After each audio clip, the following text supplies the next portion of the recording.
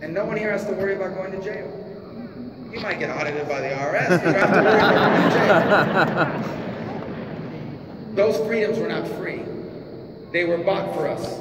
They were purchased for us, and they were protected for us by the sacrifices of our men and women in uniform. We can never thank them enough.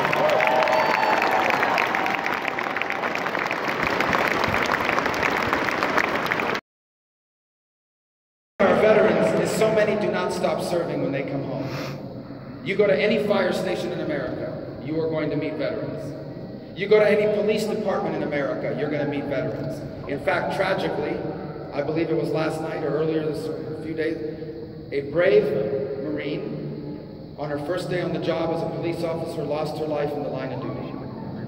And so I think it's appropriate at this moment to also give a special thanks to our firefighters and to our police officers for what they do for our country.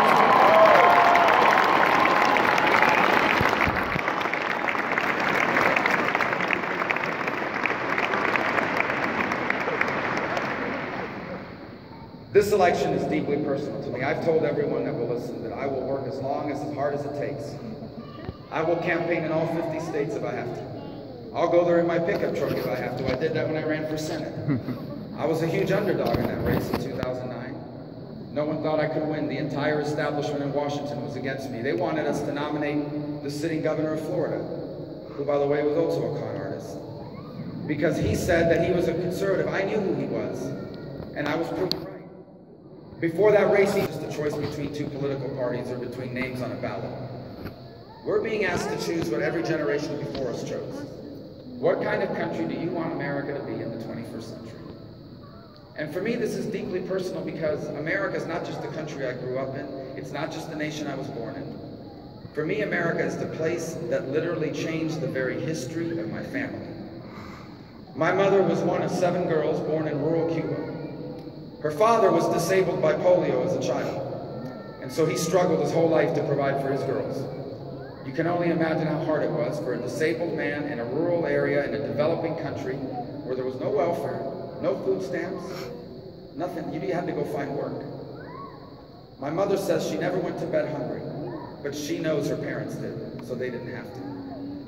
As hard as that was, my father had it even harder. My father went to bed hungry. When he was 4 days shy of his 9th birthday, his mother died. And so my father had to leave school and start working at 9 years of age. If he wanted to eat, he had to work. They would meet, they would get married, and in 1956 they came to the United States in search of a better life, and they came with nothing. The first words my father learned in English were, "I'm looking for a job." They had no money in their pocket, they had no friends here, a handful of relatives, but no connections. And they struggled. Their first couple of years in America, they were very optimistic people. My parents never became famous people.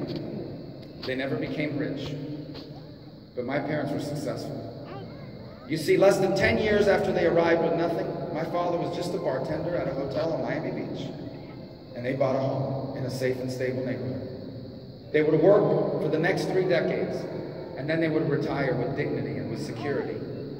But you know why my parents were successful most of all? Because they lived to see all 4 of their children live a life better than their own. The reason why I share that with you is because it's not my story, it's our story. I have not met most of you. In fact, I have met virtually none of you in person.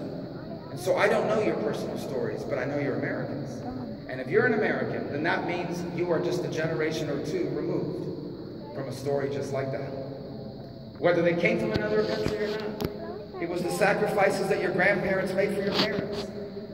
It was the sacrifices that your parents made for you. Maybe your dad was the one that worked 2 jobs and blessed to grow up in the one place on earth where it doesn't matter where you start out. It doesn't matter who your parents were or were not. Here we believe that everyone has a God-given right to go as far as their talent and their work will take them.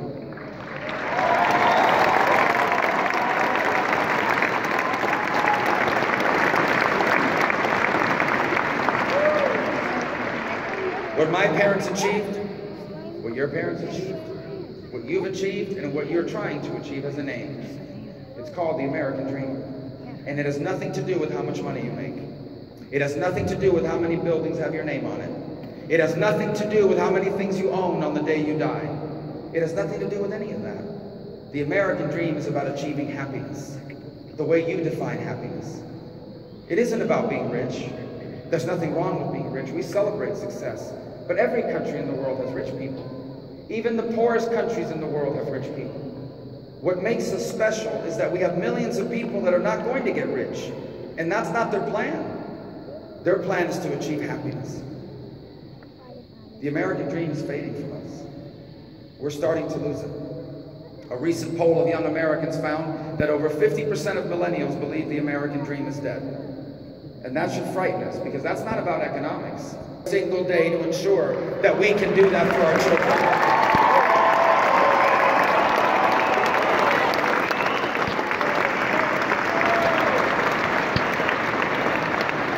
If you give me the chance to serve as president, I will be a president for all Americans. I will never divide you against each other in order to win an election.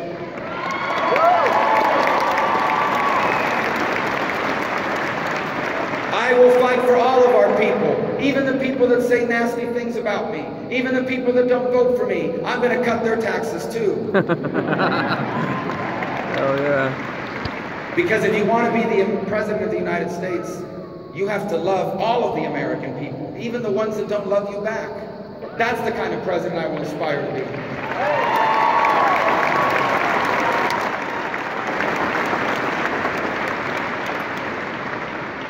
The American dream was not automatic. It did not happen on its own. It happened because for over 2 centuries, each generation in our history did what needed to be done. For over 200 years, each generation of Americans did what they needed to do to leave their children better off than themselves and their country better off than they found it. Now the time has come for this generation to do its part. Now the moment has arrived for you and I, those Americans alive now, to do our part. And when I'm president, we will.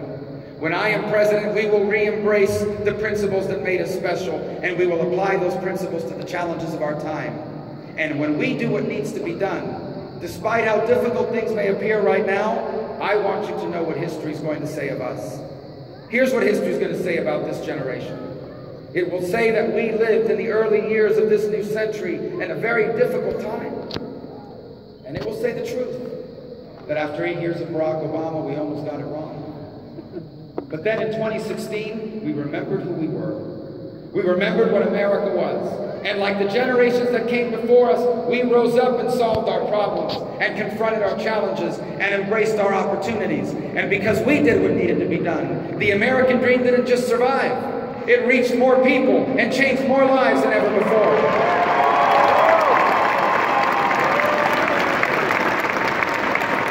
Because we did what needed to be done, our children became the freest. Tuesday. And I'm asking you not just for your vote on Tuesday, I'm coming back in the fall because we're going to win Virginia in the general election.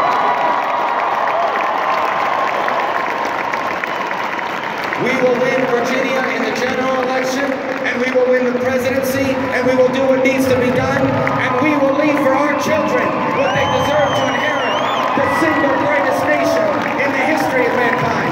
Thank you, Virginia. God bless you. Thank you.